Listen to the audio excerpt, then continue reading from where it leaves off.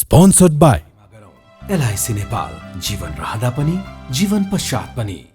गर्वैदेखि बलियो भूगर्भ सिमेन्ट। मेरो देश मेरो जगदम्बा सिमेन्ट। गुणस्तरीय प्लम्बिङको भरपर्दो नाम मार्बल। म पनि आजै नेपाल टेलिकमको एन्टी फाइबर सेवा लिन्छु। नेपाल टेलिकम, राष्ट्रको सञ्चार, राष्ट्रको शान, किसान। लिकेजको नो टेन्सन।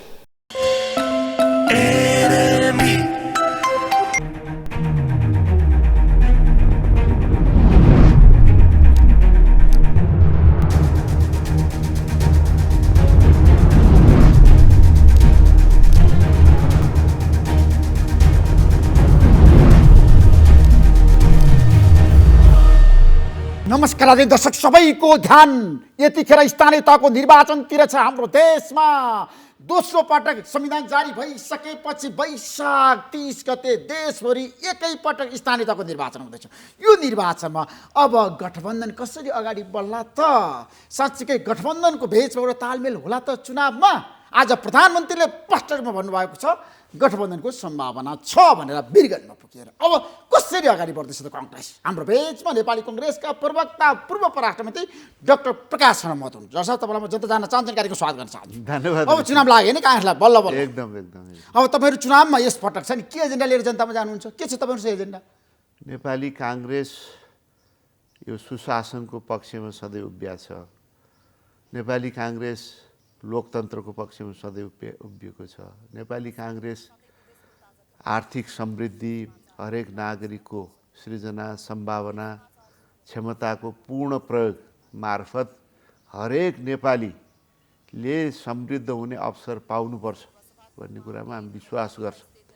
र जब जब कांग्रेस पार्टी सत्तामा आएको छ, विभिन्न अप्ठ्याराका बावजुद हामीले यो देशको आर्थिक स्थितिलाई मजबुत बनाएका छौँ, निजी क्षेत्रको सहभागितालाई बढाएका छौँ, अन्तर्राष्ट्रिय सहयोगलाई सुनिश्चित गरेको छौँ र हरेक नागरिकले कानुनलाई मानेर लगानी गर्ने, आफ्नो क्षमता प्रयोग गर्ने, उद्यमशीलता प्रयोग गर्ने र अगाडि बढ्ने स्वतन्त्रता कांग्रेसको नेतृत्वमा सुनिश्चित गर्दै आएका छौँ।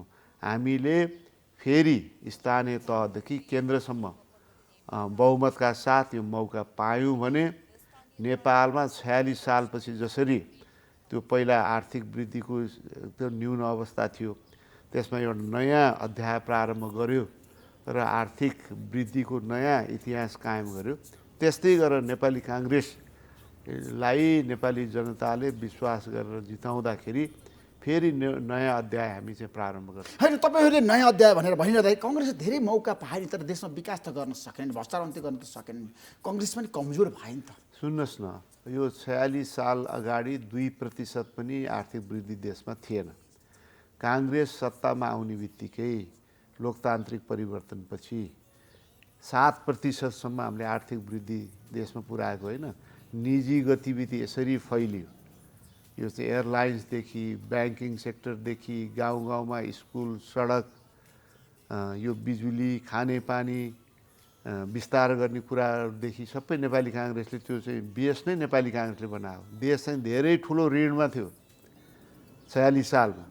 त्यो ऋणको प्रतिशतलाई घटाएर आम्दानी बढाएर राजस्वको दायरा बढाएर नेपाली कांग्रेसले आर्थिक एउटा आधारशिला सिर्जना गर्यो। त्यो अरू कसैबाट सम्भव थिएन। अब दुर्भाग्यवश पछि यो चाहिँ द्वन्द्वमा देश फस्यो। अब यो हिंसात्मक द्वन्द्वमा त्यसले अवरुद्ध भयो। फेरि हामीले नै शान्ति प्रक्रिया सुरुवात गरेर देशमा शान्ति ल्याएर फेरि यसलाई चाहिँ एउटा नयाँ दिशा दिन कोसिस गऱ्यौँ। तर दुर्भाग्यवश हामीले यो बहुमत प्राप्त नहुँदा कम्युनिस्टहरूको एकता, ठुलो कुरा गर्ने, बढाइ चढाइ कुरा गर्ने, प्रचारमा सिपालु, प्रोपोगन्डामा सिपालु, कांग्रेस खुरुखुरु काम मात्रै गर्ने, प्रचार गर्न नजान्ने। त्यसले गर्दा जनताले तपाईँहरूलाई किन चाहिँ असफल बनाउँथे? किन जनताले तपाईँलाई सत्ताबाट चाहिँ बाहिर आउँथे? तपाईँलाई थाहा छैन? अहिले तपाईँलाई थाहा छैन एमसीसी को प्रकरणलाई कसरी उहाँहरूको चाहिँ प्रचारले, जबरजस्त प्रचारले चाहिँ राष्ट्रघाती भन्थ्यो, जबकि यो त विकास सहयोग थियो, पारदर्शी किसिमबाट आउँदै थियो, सडक र ट्रान्समिसन लाइनमा खर्च हुँदै थियो, हाम्रै संरचनाले अर्थ मन्त्रालय संरचनाले कार्यान्वयन गर्दै थियो, अन्तर्राष्ट्रिय प्रतिस्पर्धाबाट ठेक्का लाग्दै थियो। यसैलाई समेत राष्ट्रघाती हो कि क्या हो? होइन, कङ्ग्रेसले राष्ट्रघाती काम गर्यो भनेर अहिले धेरै नेताले भनिरहेछन्। कङ्ग्रेस त्यही त म भन्छु, कारणले त्यही त गर्दाखेरि म भन्छु, यो शुद्ध विकास सहयोगलाई समेत सिधा सरल नेपाली जनतालाई चाहिँ यो राष्ट्रघाती हो कि क्या हो भन्ने तहसम्म पुर्याए। तर उनीहरूको अहिले चाहिँ त्यो पर्दाफास भइसकेको छ, झुटको पर्दा त्यो गिरिसकेको छ, जसलाई अझै पनि दुविधा छ, बिस्तारै त्यो दुविधा पनि हट्छ। त्यस कारण मैले भन्न खोजेको के हो भने अहिले नेपाली काङ्ग्रेसमा विपक्षी राजनीति यो कुरामा आधारित राजनीति, काममा आधारित होइन। कुराबाट नै नेपाली जनता अगाउँछन् भन्ने राजनीतिले नेपाललाई धेरै पछाडि पार्यो। त्यस कारण अब कामको राजनीति, अब भाषणको राजनीति छोड्नुहोस्, अब जनतालाई सेवा सुविधा दिनुहोस्, जनमुखी काम गर्नुहोस्, त्यही कुरा नेपाली काङ्ग्रेस। त्यसमा तपाईहरु एमसीसीकै मुद्दा लिएर जानुहुन्छ देशभरि जनताको बीचमा जाँदाखेरि त्यो एउटा उपलब्धि भनेर तपाईहरुको लागि सबभन्दा ठुलो उपलब्धि शेरबहादुर देउवा त्यो सरकारको लागि। मैले त यो त उदाहरण दिएको हो कि कसरी एउटा विकास सहयोगलाई पनि यो राष्ट्रघाती हुँदै नभएको कुरा प्रचार गरियो र जनतालाई नि हो कि जस्तो पारे नि। त्यो राजनीति नेपालमा चलेको छ भनेको एउटा उदाहरण मात्रै दिएको हो। हामीले नेपाली जनताको बिचमा जाँदा त यो मात्रै लिएर जाने होइन नि त। हाम्रो जनताको जुन आवश्यकताहरू छन्, पिरमर्काहरू छन्, कसरी नेपाली जनतासँग जुन्ने भएका साधन स्रोतको चाहिँ व्यापक परिचालन गरेर जनताको सेवामा समर्पित गर्ने र जुन बेरोजगारी छ त्यसलाई हटाउने र सुशासन कायम गर्ने, आर्थिक समृद्धिको आधारशिला खडा गर्ने, यिनै मुद्दा लिएर चाहिँ हामी आम निर्वाचनमा जान्छौँ। स्थानीय निकायको कुरा आउँदाखेरि पनि हाम्रो यो पछिल्लो संविधान बनेपछि एउटा पहिलो यो दोस्रो निर्वाचन हुँदैछ।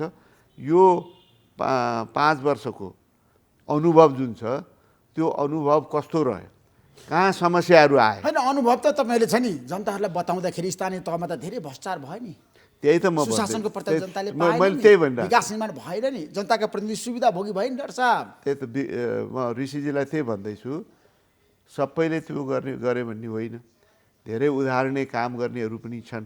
खास गरेर नेपाली काङ्ग्रेसको तुलनात्मक रूपमा हाम्रो पर्फर्मेन्स राम्रो छ। यद्यपि हाम्रो पनि सबै ठाउँ पर्फेक्ट भएको छ भनेर म भन्दिनँ। पहिलोपटक यो चाहिँ परीक्षण हामीले गरिराखेका छौँ। कतिपय चाहिँ कानुनी दुविधाहरू के यो चाहिँ अधिकारको चाहिँ यो बाँडफाँडमा ओभरल्याप, यो अनुभवबाट हामीले अब जुन घोषणापत्र ल्याउँदैछौँ, यो केन्द्रीय घोषणापत्रमा मूलतः त्यही हामीले एड्रेस गर्ने। के भनेदेखि के समस्या आए, कानुनी संवैधानिक के कुराहरूले अडचन ल्यायो, व्यावहारिक रूपमा त्यहाँ जनप्रतिनिधिहरूलाई काम गर्न के अप्ठ्यारो पर्यो, काहीँ कतै दुरुपयोग हुने चाहिँ ठाउँहरू चाहिँ त्यहाँ हामीले छोडेका छौँ भने त्यसलाई चाहिँ टाल्ने, त्यसलाई चाहिँ के छ भने सिउने ठाउँहरू कहाँ छन्, यी कुराहरू चाहिँ अब यो 5 वर्षको अनुभवले हामीले नयाँ चरणमा कहाँ सुधार गर्नुपर्छ, हैन, सुधार त कानुनी सुधारहरू पनि गर्नुपर्छ। हाम्रा देशका जनताका प्रतिनिधिहरू सुविधा भइरहेको छन्, उनीहरू आफ्नो लागि मात्रै काम गर्छन्, जनताको लागि काम गर्दैन भन्ने सन्देश गएको छ क्या। स्थानीय तहको सरकार भनेको त जनताको लागि हो नि त, होइन? मैले के भने ऋषिजी, सबैलाई हामीले त्यसरी दोष दिन मिल्दैन, होइन? कतिपय ठाउँमा दुरुपयोग भएको छ भने त्यसलाई चाहिँ हेर्ने निकायहरू छन्, उनीहरूले पनि गम्भीरताका साथ हेर्नुपर्छ। दुरुपयोग गर्ने, भ्रष्टाचार गर्ने छुट न केन्द्र सरकारलाई छ, न प्रदेश सरकारलाई छ, न स्थानीय सरकारलाई छ। त्यसलाई एउटा स्ट्रङ मोनिटरिङ हुनुपर्छ। तर सबै ठाउँ त्यस्तो भएको भन्ने होइन। कतिपय ठाउँ अत्यन्त उदाहरणीय काम, एकदम दूरदृष्टि राखेर कामहरू पनि भएको छन्। त्यसबाट चाहिँ अरूले पनि सिक्नुपर्छ र त्यहाँ भएका कमी कमजोरीलाई कानुनी रूपमा कसरी चाहिँ रोकथाम गर्ने र अरू जनतालाई त्यहाँ चाहिँ जनतालाई बढी जागरुक गराएर कसैले चाहिँ दुरुपयोग गरिराखेको छ, पदको दुरुपयोग गरिराखेको छ, बदमासी भइराखेको छ भने जनता पनि चाहिँ जागरुक हुनु पऱ्यो, त्यसलाई त्यहीँबाट चाहिँ रोक्न पनि कोसिस हुनु पऱ्यो। त्यो काम पनि आम जनताको तहबाट हुनुपर्छ। त्यसमा मलाई के बताउनुहोस् भन्दाखेरि अहिलेको अवस्थामा अब तपाईँ एक्लै चुनावमा नजाने निष्कर्षमा पुग्नुभयो। कङ्ग्रेस किन गठबन्धनका साथ जाँदैछ, किन चुनावी तालमेल गर्दैछ, जनता जान्न चाहन्छन् आज बताउनु। होइन, अहिले कुनै त्यस्तो निष्कर्ष निस्केको छैन। प्रधानमन्त्रीले नै अहिले चाहिँ जाने नै भइसक्यो। होइन, प्रधानमन्त्री भनिसक्नुभयो वीरगन्जमा पुगेर गठबन्धन आजको आवश्यकता हो, होइन, गठबन्धनलाई अगाडि बढाउनै पर्छ, तालमेल गर्ने पर्छ। होइन, गठबन्धनको विषयमा पार्टीले निर्णय गर्छ। यो चुनावमा जाने भने के हो भने ऋषिजी, हरेक पार्टीको लक्ष्य के हुन्छ भने बढीभन्दा बढी सिट जित, त्योभन्दा अरू उद्देश्य हुँदैन। किनभने बढी सिट जित्यौँ भने हामी काम गर्न पाउँछौँ, हामीले आफ्नो हिसाबले काम गर्न पाउँछौँ भन्ने हुन्छ। त्यसो हुनाले हरेक पार्टीले आफ्नो चाहिँ केन्द्रीय समितिको बैठक डाक्छन्, छलफल गर्छन्, जिल्लाको सुझाव सल्लाह लिन्छन्, हामी पनि गर्छौँ। केन्द्रीय समितिको बैठक बस्छ, त्यो बैठकबाट हामी जे निष्कर्ष निस्किन्छ, यो गठबन्धनमा जाँदा बढी सिट आउने सम्भावना भयो भने त्यही हिसाबबाट, होइन एक्लै जाँदा बढी आउँछ भने त्यही हिसाबबाट हरेक पार्टीले त्यही गर्छन्। त्यसो हुनाले गठबन्धनको सम्भावना छ र स्थानीय तहको निर्वाचन हुनाले स्थानीय तहको आवश्यकता अनुसार विभिन्न ठाउँको विभिन्न फरक आवश्यकताहरू छन्। काहीँ आवश्यकता नहुन सक्छ, काहीँ आवश्यकता पर्न सक्छ, अरू दललाई पनि त्यस्तै हुनसक्छ। यहाँ त हामी आफै जित्छौँ, किन गठबन्धन गर्ने भन्ने हुन्छ। जहाँ चाहिँ गठबन्धनका जो चाहिँ अहिले चाहिँ दलहरू छन् सबैलाई यो लाग्यो कि हामी त सबै हार्छौँ भनेदेखि मिलेर बाँडफाँड गरेर चाहिँ हामी जित्न सक्छौँ भने किन नजित्ने। त्यसकारण यो गठबन्धनको सम्भावनालाई नकार्न सकिँदैन। तर यसको चाहिँ अन्तिम निर्णय भइसकेका छैन। केन्द्रीय समितिको बैठक बसेर जिल्लाको चाहिँ इनपुट लिएर हामी निर्णय गर्छौँ। तर नेताहरूको बिचमा एउटा छलफल भइरहेछ, तपाईँले हेर्नु भएको छ। शीर्ष नेताहरू एकै ठाउँमा बसेर अब गठबन्धनका साथ जानुपर्छ र एमालेलाई देशभरि पराजित गर्नुपर्छ। हिजो माधव नेपाल प्रचण्डले भन्नुभएको छ, त्यतातिर कङ्ग्रेसको ध्यान केन्द्रित भएको हो। होइन, उहाँहरूले आफ्नो कुराहरू राख्नु भएको छ, त्यसलाई हामीले गम्भीरताका साथ ल्याएको छौँ। पार्टी बैठकमा यसबारेमा छलफल हुन्छ, जिल्लाको साथीहरूको पनि केही सुझाव सल्लाह छ, त्यसलाई पनि हामी लिन्छौँ। त्यसको आधारमा निर्णयमा पुग्छौँ। समय छ, समय आएपछि यसको समय त अब 2 महिना बाँकी छ। तपाईँले एउटा मापदण्ड बनाएर गठबन्धनको लागि त जानु परेन, कार्यतालिका ल्याउनु परेन। अब यो चैतभित्र यो विषयले चाहिँ एउटा स्वरूप लिएला। त्यसमा चैतभित्र तपाईँहरू गठबन्धन गर्ने निर्णय पुग्नुहुन्छ। चैतको अन्तिमसम्ममा कसरी जाने, गठबन्धनबाट जाने कि काहीँ गठबन्धन गर्ने, काहीँ नगर्ने हिसाबले जाने कि एक्लै जाने कि, त्यो विभिन्न विकल्प छन्। त्यो विकल्प हरेक विकल्पमाथि चर्चा हुन्छ, छलफल हुन्छ। त्यो छलफलको आधारमा हामी निष्कर्ष निकाल्छौँ। यदि तपाईँहरू गठबन्धनमा जानुभयो भने मोडालिटी कस्तो बनाउनुहुन्छ, मापदण्ड क्या ठ्याक्कै भन्नुहोस्, कसरी गर्नुहुन्छ? अहिले सुन्नुहोस् न, आज खुलासा गरिदिनुहोस्। अहिले चाहिँ यसो भयो भने यो मापदण्ड अथवा यसो भएन भने यो मापदण्ड भनी बेलै आएको छैन ऋषिजी। जब ती कुराहरू चाहिँ आउँछ, गम्भीर छलफलमा आउँछ, त्यो बेला तपाईँसँग सेयर गरिहाल्छु। होइन, त्यसमा छलफल चाहिँ तपाईँहरू गरिरहनु भएको छ, गठबन्धन चाहिँ गर्ने, चुनावी तालमेल देशभरि नै गर्ने, स्थानीय तहमा, प्रदेशमा। अहिले केही मैले तपाईँलाई अहिले के मैले भनिरहेको छु, अहिले कुनै यस्तो निर्णय भएको छैन। होइन, तर छलफल त भइरहेछ नि त। उच्च राजनीतिक समितिले छलफल गरेर रामचन्द्र पौडेलले भनिरहनु भएको छ गठबन्धन एकैसाथ जान्छ निर्वाचनमा एमालेलाई पराजित गर्नको लागि। होइन, यो गठबन्धन हुने सम्भावना छ, यति मात्रै अहिले सम्भावना छ। तर कुन स्वरूपमा कसरी हुन्छ त्यसको पनि निष्कर्ष निस्किएको छैन। सम्भावनै छैन भन्न सकिँदैन, तर यसको यो चाहिँ निर्णय भइसकेका छैन। निर्णय नहुन्जेल पर्खिनुहोस्, छलफल हुनुहुन्छ गठबन्धन गर्ने, तर कसरी गर्ने अहिले चाहिँ मैले सम्भावना छ मात्रै भनेको छु। अहिले गठबन्धन हुने भइसक्यो भनेको छैन। कसरी हुन्छ, हुँदैन, हुन्छ, यसको टुङ्गो अहिले लागिसकेका छैन। उहाँहरूको प्रस्तावलाई हामीले गम्भीरताका साथ लिन्छौँ। तर कङ्ग्रेस पार्टीभित्रै गठबन्धन गर्नु हुँदैन, कङ्ग्रेस एक्लै चुनावमा जानुपर्छ भन्ने मत पनि छ नि डाक्टर प्रकाशन मत। यसमा केन्द्रीय कार्य सम्पादन समिति, केन्द्रीय समिति बैठकमा कुरा के भएको हो भने यो समय आएपछि यही थलोमा बसेर हामी निर्णय गरौँला। यो विषयमा बाहिर हामीले चाहिँ एक्लै कसैले गठबन्धन हुनैपर्छ भन्ने, कसै हुनै हुँदैन भन्ने त्यो बहसमा पर्ने आवश्यकता छैन। अहिले गठबन्धनको सरकार हामी चलाइराखेका छौँ। यिनीहरूसँग त मिल्नै हुँदैन, यो हुँदैन, त्यो हुँदैन भनेर भन्नुपर्ने आवश्यकता छैन। जुन बेला छलफल हुन्छ त्यही भित्र मत राखे भइहाल्यो, त्यहाँबाट निर्णय गर्ने हो नि त। त्यसो हुनाले जुन नेताहरूले गठबन्धन हुनु हुँदैन, एक्लै लड्नुपर्छ भनिरहनु भएको छ, उहाँहरूलाई पनि हाम्रो के हो भने आधिकारिक दृष्टिकोण उहाँहरूलाई थाहा छ। अब उहाँहरू पनि मिटिङमा हुनुहुन्थ्यो। त्यहाँको निष्कर्ष के हो भने अहिले गठबन्धन हुने नहुने बारेमा हामीले केही बोल्ने काम छैन। अहिले हामीले पार्टीलाई परिचालन गर्ने, पार्टीलाई बढीभन्दा बढी जनताको बिचमा लिएर जाने। अहिले यो फागुन 29देखि चैत 29 गतेसम्मको घर घर जाउँ नेपाली काङ्ग्रेस जिताउँ जुन अभियान छ, त्यो भनेको काङ्ग्रेसलाई अझ सशक्त, अझ प्रभावकारी, अझ गतिशील, अझ जनतासँग जोडिने, अझ जनताको भावनाहरूलाई चाहिँ बुझेर जनतालाई आफ्नो पक्षमा ल्याउने, त्यसै हुनाले घर घर पुग्ने होइन कङ्ग्रेसका नेताहरू हाम्रो घर घर अभियान पुग्छन्। पुग्छन्। तर विगतमा त तपाईँहरू त जनताको घर दैलोमा जानु भएन नि त। चुनाव जितेर आइसकेपछि तपाईँहरू त व्यवस्था गर्नुभयो नि। होइन, जनतामा जाँदै नगएको भए अब हाम्रो अस्तित्व कहाँ रहन्थ्यो र जनतामा गएको छौँ। तर अझ व्यवस्थित ढङ्गबाट वडाको नेतृत्व त हरेक घरमा पुग्छ। अब देशको नेतृत्व नै अब सबै शीर्ष नेताहरू जनताको घर दैलो कार्यक्रममा जान सक्दैनन्, जनताको बिचमा जान सक्दैनन्। जान्छन्, तर स्थानीय तहको निर्वाचन सुन न 300 करोड सबैकोमा त अब भ्याउँदैन सबै नेता गएर होइन। अब आमसभा मार्फत जान्छन्, आफ्नो क्षेत्रमा जालान्, तर घर घरमा पुग्ने भनेको जुन आधारभूत हाम्रो चाहिँ सङ्गठनको इकाइ छ, यो गाउँ नगरपालिका, त्यसमा पनि वडा समितिहरू, टोल समिति छ, उहाँहरू चाहिँ घर घरमै पुग्नुहुन्छ। जिल्ला क्षेत्रको नेतृत्वमा पनि बढीभन्दा बढी गाउँ टोलमा पुग्नुहुन्छ र केन्द्रीय नेतृत्वहरू चाहिँ 77 जिल्लामा पुग्नुहुन्छ, क्षेत्रमा पुग्नुहुन्छ। त्यसरी हामीले व्यापक रूपमा भातृ सङ्गठन, शुभेच्छुक सङ्गठन, बुद्धिजीवी, व्यवसायी हरेकलाई चाहिँ परिचालन गर्ने। कम्युनिस्टहरूको चाहिँ यो जुन खाले चाहिँ यो गफको खेती छ, कुराको खेती छ, गफैले चाहिँ देश चल्छ भन्ने मान्यता छ, त्यसको चाहिँ चिरफार गर्ने र नेपाली काङ्ग्रेस नै हो गम्भीर पार्टी, परिपक्व पार्टी, कसरी आर्थिक वृद्धि हुन्छ, कसरी विदेशी सहयोग जुटाउन सकिन्छ, कसरी नेपालको स्वार्थ र आवश्यकता अनुसार देशलाई अगाडि बढाउन सकिन्छ भन्ने सुझबुझ भएको, दूरदृष्टि भएको पार्टी नेपाली काङ्ग्रेस पार्टी हो।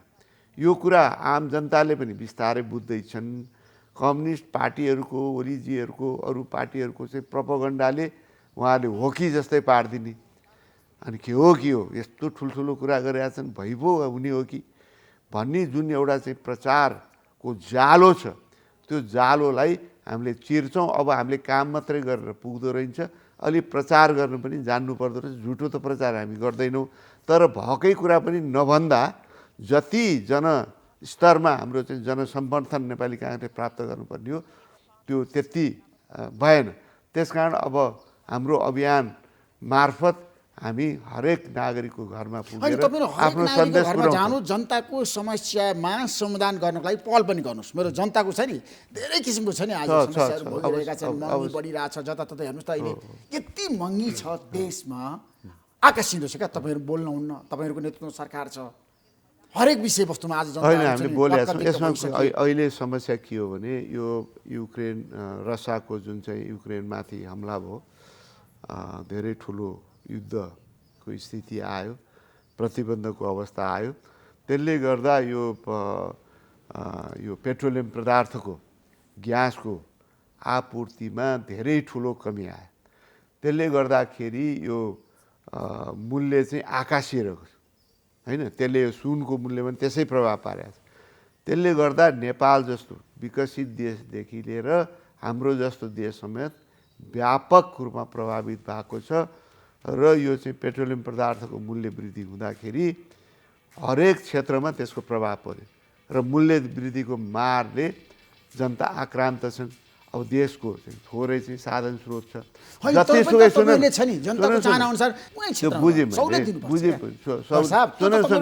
ऋषिजी सुन न, सहुलियत दिन त हामी जति सक्दो दिन चाहन्छौँ, तर साधन हुनु पर्यो, स्रोत हुनु पर्यो। पेट्रोलियम पदार्थमा तपाईँले सहुलियत किन नदिने जनतालाई?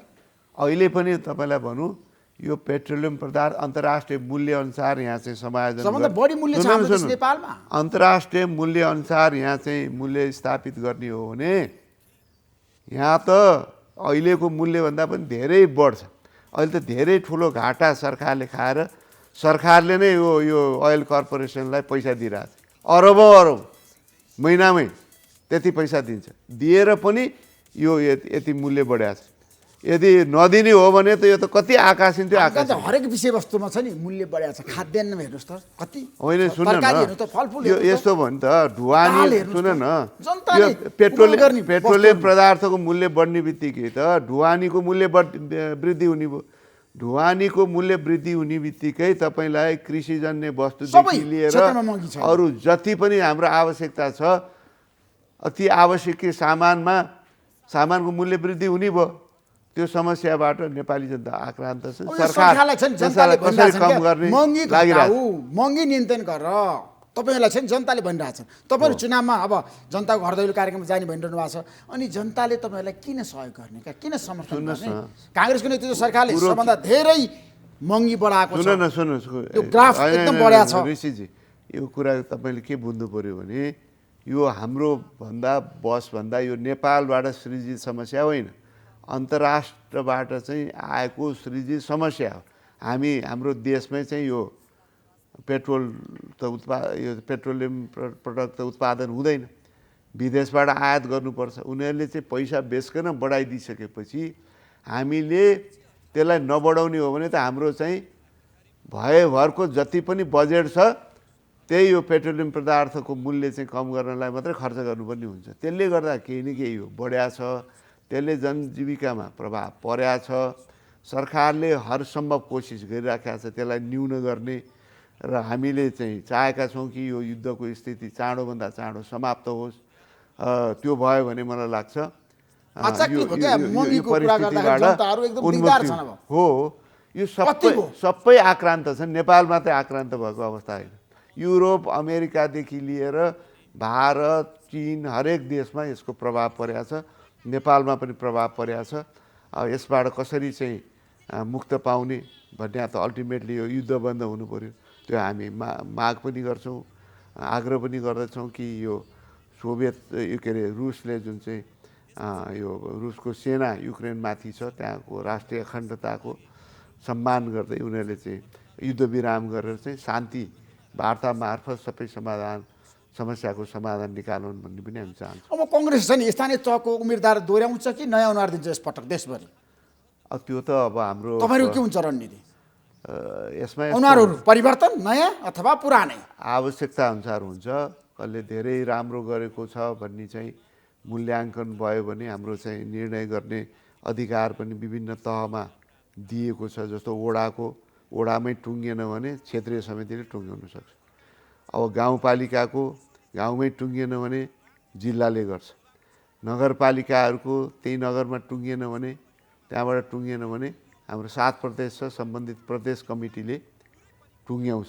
महानगरपालिका यसको चाहिँ केन्द्रले टुङ्ग्याउँछ। त्यसको व्यवस्था छ, कानुनी व्यवस्था छ। र जुन हाम्रा चाहिँ अहिले निर्वाचित साथीहरू हुनुहुन्छ उहाँहरूले राम्रो काम गर्नुभएको त्यो मूल्याङ्कन त्यहाँका साथीहरूले गर्यो भने त्यही दोहोरिन्छ। होइन, यहाँ त परिवर्तनको आवश्यकता छ, अझ अर्को उम्मेदवार दिँदा अझ राम्रो हुन्छ भन्ने मान्यता त्यो खाले चाहिँ निष्कर्ष निस्क्यो भने त्यही अनुसार हुन्छ। चीनको विदेश मन्त्री काठमाडौँ आउँदै हुन्छ, नेपाल भ्रमण आउँदै हुन्छ, किन बोलाउनु भयो तपाईँले अहिले एमसिसी पारित भइसकेपछि? कारण के? होइन, चीनको तर्फबाट पनि भिजिट गर्ने इच्छा व्यक्त भएको थियो। त हामी त स्वागत नै गर्छौँ झन्, होइन? मित्र राष्ट्रहरूको उच्च स्तरीय भ्रमण होस्, हामीले आफ्ना कुराहरू चाहिँ बुझाउन सकौँ, होइन? उहाँहरूका चासो चिन्ता केही छ भने पनि हामी सुन्न तयार छौँ। यो त राम्रो कुरा हो नि। त्यसो चीनको विदेश मन्त्री काठमाडौँ आइरहँदाखेरि एमसिसी पारित भइसकेपछि आउनुभयो क्या? यसको रहस्य के हुन सक्छ? होइन, योसँग जोडेर हेर्नुपर्ने आवश्यकता छैन। त्यसबारेमा उहाँहरूलाई केही भ्रम परेको छ भने हामी त्यसको चाहिँ दूर गर्छौँ। हामी सबै मित्र राष्ट्रहरू, अमेरिका होस्, युरोप होस्, जापान होस्, भारत होस्, चीन होस्, समानताको आधारमा सम्बन्ध राख्छौँ। देशको आवश्यकता र स्वार्थलाई केन्द्रबिन्दु गरेर निर्णय लिन्छौँ र मित्र राष्ट्रहरूलाई चाहिँ अप्ठ्यारो पार्ने कुनै पनि सैन्य प्रयोजनको लागि हामी चाहिँ सहयोग लिँदैनौँ। त्यो स्पष्ट छ। यो विकास सहयोग हो। हामी चाहिँ चीनसँग पनि लिन्छौँ। BRI को सम्झौता गर्ने मै हो, होइन? हामी चीनसँग पनि सहयोग आवश्यकता छ, तर हाम्रो आवश्यकता र हाम्रो स्वार्थ अनुरूपको सहयोग हामीले लिने हो चीनसँग पनि। अमेरिकासँग पनि हामीले एमसिसी अन्तर्गत हाम्रो आवश्यकता अनुरूप नै छ भनेर यो सहयोग लिएको हो। त्यसमा चीनले, भारतले, अरू देशले आपत्ति गर्नु पनि कुनै त्यसमा कारण चीनले छैन। नेपालको राजनीतिलाई चासो दिइरहेछ पछिल्लो समय, त्यो कुरा मान्नुहुन्छ नि तपाईँ? होइन, चासो त सबै अब शक्ति राष्ट्रहरूले चाहिँ चासोका साथ त्यहाँ के हुन्छ कसो हुन्छ भने हेरिराखेका हुन्छन् होइन। तर मूलभूत कुरो के हो भने हाम्रो द्विपक्षीय सम्बन्ध, हरेक देशसँग द्विपक्षीय सम्बन्ध म्युचुअल इन्ट्रेस्टमा आधारित। दुईटैले सम्बन्ध कुन अवस्थामा हुन्छ भने दुईटैलाई यो लाग्यो कि नेपाललाई पनि लाग्यो यो आधारमा हामीले मित्रता गाँच्दा या यो सहयोगको सम्बन्ध विकसित गर्दा हामीलाई बेफाइदा छैन, फाइदै छ। उहाँहरूलाई पनि लाग्यो हामीलाई बेफाइदा छैन, राम्रै छ। त्यसको आधारमा सम्बन्ध विकसित हुन्छ हो नि। त्यसो भारतको विदेश मन्त्री काठमाडौँ आउने सम्भावना छैन पछिल्लो सूचना दिनुहोस् न। होइन, तत्काल कुरो के हो भने हामी आवश्यकता अनुसार हामी पनि मित्र राष्ट्रहरूको देशमा चाहिँ भ्रमणमा जान्छौँ। यो कोभिडको कारणले त धेरै रोकिराखेको थियो नि, तपाईँलाई थाहा छ नि। अहिले कोभिड पनि सामान्य हुन थालेपछि अब भ्रमणको यो श्रृङ्खला पनि बढ्छ। अब चीनबाट आउँदै हुनुहुन्छ, भारतबाट आउन सक्नुहुन्छ, अमेरिकाबाट आउन सक्नुहुन्छ, युरोप, त्यसमा जापान। नेपालको प्रधानमन्त्री पनि अब विदेश भ्रमण जानुहुन्छ चुनाव अघि? आवश्यकता अनुसार जाने हो नि। भारत भ्रमणको सम्भावना छ कि छैन शेरबहादुर देउवाको? सम्भावना छ। सम्भावना निर्वाचन अघि जे पनि सम्भावना छ नि। भारतीय प्रधानमन्त्रीसँग त उहाँले भेट्नै भएको छ। फेरि पनि आवश्यकता पऱ्यो भने जानुहुन्छ। उताबाट पनि भ्रमण यहाँ हुनसक्छ। आवश्यकताको सिद्धान्तमा अनुकूलता हेरेर यो चाहिँ अझ कम्युनिकेसनको आवश्यकता पऱ्यो, उच्च स्तरीय चाहिँ संवादको आवश्यकता पऱ्यो। त्यसकै आधारमा निर्णय हुन्छ नि। ऋषिजी तपाईँ त जानकारै हुनुहुन्छ। केपी शर्मा ओलीले चाहिँ तपाईँहरूलाई छ नि गम्भीर आरोप लगाउनु भएको छ निर्वाचन आयोगको चाल र खेलमा तपाईँहरू पर्नु भएको छ होइन? यो अचम्मको उहाँको कुरा सुन्दा म छक्क परेँ। अब रङदेखि नै द्रोह गरेर काहीँ हुन्छ। हरेक रङहरू छन् नि। अब मैले त अस्ति भने पत्रकारसँग नेपालमा चाहिँ अब 40% जमिन त जङ्गलले ढाकेको छ। अब चाहिँ यो जङ्गल भयो भने त यो काङ्ग्रेसप्रति चाहिँ जङ्गल हेर्दा हेर्दा रुख हेर्दा हेर्दा नेपाली जनता काङ्ग्रेसतिर लाग्छन् भनेर चाहिँ यो फाड्नु पर्यो भन्ने कुरा आयो भने कस्तो अचम्मको कुरा हुन्छ। त्यस कारण मलाई लाग्छ मूल कुरा काङ्ग्रेसको जुन चाहिँ एउटा क्रेडिबिलिटी अहिले चाहिँ एउटा चाहिँ विश्वसनीयता बढ्या छ। यो अहिले जसरी चाहिँ हाम्रो प्रधानमन्त्रीले सुझबुझपूर्ण तरिकाबाट एमसिसीकै प्रकरणमा जसरी चाहिँ समग्रमा कसैले यसरी चाहिँ सहयोग जुट्ला यत्रो चाहिँ विरोधको बावजुद भन्ने अपेक्षै गरेका थिएन। उहाँले दूरदृष्टिपूर्ण धैर्यता गुमाउनु भएन, सुझबुझपूर्ण परिपक्व निर्णय गर्नुभयो। अब त्यसले चाहिँ उहाँको हाइट, नेपाली काङ्ग्रेसको हाइट बढ्या छ। एउटा गम्भीर सुझबुझ राख्ने पार्टी हो। सत्तामा हुँदा एउटा कुरा गर्ने, केही पाउँदा एउटा कुरा पर्ने, नपाउँदा अर्को कुरा गर्ने, त्यस्तो पार्टी काङ्ग्रेस होइन। जसरी एउटा परिवारमा एउटा चाहिँ गम्भीर किसिमको परिपक्व अभिभावकले कसरी चाहिँ परिवारको आवश्यकतालाई मध्यनजर राखेर निर्णय गर्छ, देशको अभिभावक हो, देशको सञ्चालनको उच्च तहमा बसेको प्रधानमन्त्री पार्टी यस्तो हुनुपर्छ, त्यो सुझबुझपूर्ण परिपक्व हुनुपर्छ भने सन्देश त गयो नि त।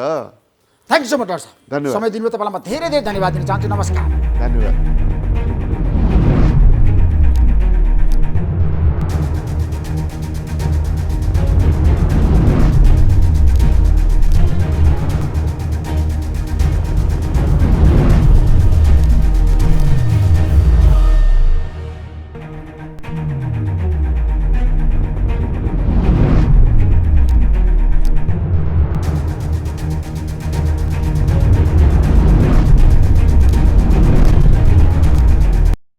Sponsored by एलआइसी नेपाल, जीवन रहँदा पनि जीवन पश्चात पनि। गर्वैदेखि बलियो भूगर्भ सिमेन्ट। मेरो देश मेरो जगदम्बा सिमेन्ट। गुणस्तरीय प्लम्बिङको भरपर्दो नाम मार्बल। म पनि आजै नेपाल टेलिकमको एन्टी फाइबर सेवा लिन्छु। नेपाल टेलिकम, राष्ट्रको सञ्चार। राष्ट्रको शान, किसान। लिकेजको नो टेन्सन।